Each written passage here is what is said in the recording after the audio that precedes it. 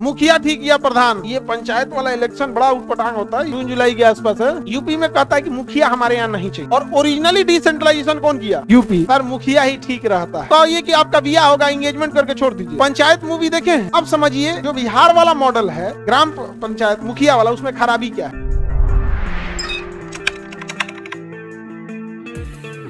UP में चलिए, UP में कहता है कि मुखिया हमारे यहाँ नहीं चाहिए। यूपी में मुखिया नहीं, उसका कहना है यूपी में हर गांव का एगो प्रधान होगा, हर गांव का प्रधान होगा।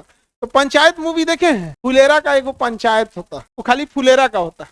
अब समझिए जो बिहार वाला मॉडल है ग्राम पंचायत मुखिया वाला, उसमें खराबी क्या है? उसमें खराबी ये है कि जब कभी विकास का काम होगा ना, डेवलपमेंट का काम होगा, तो अपने गांव की ओर ज्यादा ले जाएगा कंपेरेटिव दूसरे गांव के, तो बाकी गांव को भुगतना पड़ता है। यूपी वाले में खराबी क्या है कि भैया उसी गांव में न ले जाएगा, खूब से खूब अपन टोला में ढेर काम करेगा। अपन टोला में क्या करेगा? ज्यादा काम करेगा। तो अपने टोला में काम ज्यादा करेगा, तो भैया टोला से क्या मतलब? गांव का डेवलपमेंट तो वही होगा ना। लेकिन यहाँ वाले में क्या है? गांव में पलट देगा। अब जैसे मान के चलिए आया पंचायत भवन का निर्माण होगा। अब बिहार का मैटर देखिए, पंचायत भवन का निर्माण होगा। अब पंचायत भवन तो इन 7 गांव में से किसी एक में बन सकता है, और मुखिया कहां से जीता है? गांव नंबर 3 का निवासी है। अब अपने से बताओ, उड़ी चोटी लगा देगा कहां पंचायत बनने के लिए? गांव। अब 3 नंबर गांव। अब यूपी के स्ट्रक्चर पे जाओ, यूपी में तो हर गांव का एक प्रधान है, और पंचायत भवन बनने के लिए आया तो कहां ले जाएगा? जहां के हो वही ना ले जाओगे। अरे खूब से खूब तुम अपन द्वार पे लेके चल जाओगे, अपन टोला पे लेके चल जाओगे, गांव नहीं ना बदल दोगे। तो वहां थोड़ा सा इस मामले में, अब देखो बिहार में क्या हुआ ना, एगो तो अपने डिसेंट्रलाइजेशन किया, लेकिन आसमान से गिरा के खजूर पे अटका दिया, छोटा विधायक बना दिया इसको। क्या बना दिया? छोटा विधायक। और ओरिजिनली डिसेंट्रलाइजेशन कौन किया? यूपी का। एक गांव का एक प्रधान। तो यूपी में कितने लोग यूपी के? आप लोग यूपी से हैं, आप लोग यहाँ मुखिया नहीं होता है, प्रधान होता है। एक गांव का एक प्रधान होता है कि नहीं होता? तो ज्यादा डिसेंट्रलाइजेशन यूपी है या बिहार है? उससे एक फायदा क्या है? मुखिया के पास फिर भी बहुत पावर आ जाता है, क्योंकि 4-5 गांव का प्रतिनिधि करता है। और यूपी में यूपी का प्रधान जी कुछ खास नहीं घूमते हैं, आराम से एकदम। हाँ आगे बढ़े। अब हम यूपी में एक आदमी को जानते हैं हम, वो प्रधान है गांव के वो क्या है? प्रधान है। और पोस्ट ऑफिस में पोस्टमैन भी है। क्या है?